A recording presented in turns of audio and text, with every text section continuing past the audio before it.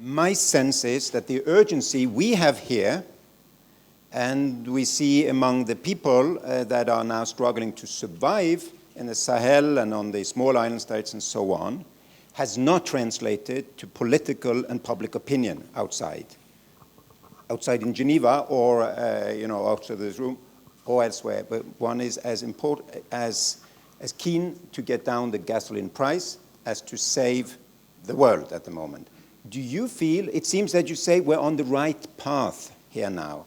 Do you feel there will be public opinion support for the trillions of dollars needed to implement adaptation as well as mitigation? Now, I cannot answer no. Therefore, I have to answer yes. I am optimistic because otherwise I wouldn't be here.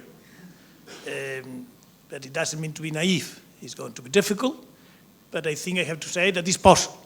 It is possible to move in that direction. Now, what is the approach? I think that the approach of pragmatism, the approach of differentiation, the approach to look at the figures, the approach to look at the real nitty-gritty of the issue is very important. But at the same time, in order to raise awareness, you have to talk about the big issues.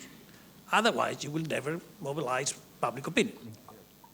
Mr. Solana is the High Representative for Security Policy. Mr. Sachs spends all his time trying to raise funds for the poor. Can we expect much from the leadership of political leadership, intellectual leadership, when the fantastic market failure is a security failure or a security policy issue, and it doesn't seem to be being addressed in the correct way? The most unstable parts of the world are the poorest and in the line of climate change, and they are the drylands, the Sahel, the Horn of Africa, the Middle East, and Central Asia. This is an arc of massive instability, and it's an arc of demographic stress, falling rainfall, tremendous water stress, lack of livelihoods, and it is absolutely hugely impacted by climate change already, with a lot more to come. We are going to need to understand this, that to address security issues will not be good enough to have an Africa command of the US military. This is meaningless, chasing around people that are hungry and destitute and without livelihoods. You can keep shooting, but you're never going to solve a problem with a hungry population. So we need to have a development strategy as the core of the security strategy.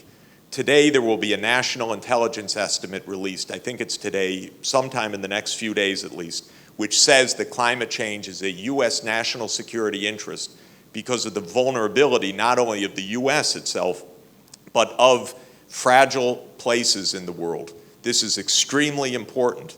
But please understand, we will spend more on the Pentagon this year than the entire world in all history has given in aid to Africa.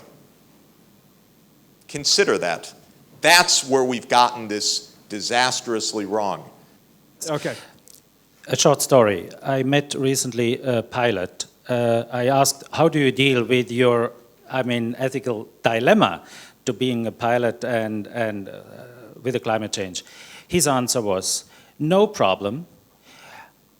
The sooner the planet collapses, the sooner the kingdom of God will come on earth. I was shocked, of course. What does this story tell us? We have a rational and pragmatic discourse here, and that's very important, and you call on pragmatic and rational solutions. Now the question, yes. How to deal with the irrational and ideological side we all have, and I would say the majority of humanity probably tries to solve with this level. How to include the spiritual communities, the religious communities, to find rational answers and to avoid this kind of psychological wall we are building not to face the real situation. I think religions can contribute to solve the problems in a rational way, but we have to deal also with this irrational capacity we all have. Thank you. I think there are two problems, not quite the one, but I'm going to stay off that gentleman's plane. One problem is people don't know what's possible, what isn't possible, the numbers, the options, and so on. So there's a great deal of fear about, and therefore a great deal of antagonism over solutions that makes no sense because we're arguing over very little. But people don't know that. So information plays a huge role. Information plays a huge role. Second, I think a bigger obstacle is fear of others. This is, to me, the biggest geopolitical obstacle. We're spending more time killing each other and being afraid of each other than understanding the common problems. And I think that we're all here indebted to Kofi Annan because I think nobody on this planet has helped us more to understand the common problems that we face. And I always go back to wonderful words of President John Kennedy, and I'd just like to leave them as I leave, and also to thank you for the time. But, yeah, okay. He said in a wonderful speech, which he used to help motivate Americans to make peace with the Soviet Union in 1963 in the Partial Nuclear Test Ban Treaty, he said, "So let us not be blind to our differences, but let us also direct attention to our common interests and to the means by which those differences can be resolved. And if we cannot end now our differences, at least we can help make the world safe for diversity. For in the final analysis, we all inhabit this small planet. We all breathe the same air. We all cherish our children's futures, and we are all mortal." And to me, that says it all. It means we have the capacity to cooperate on the planet.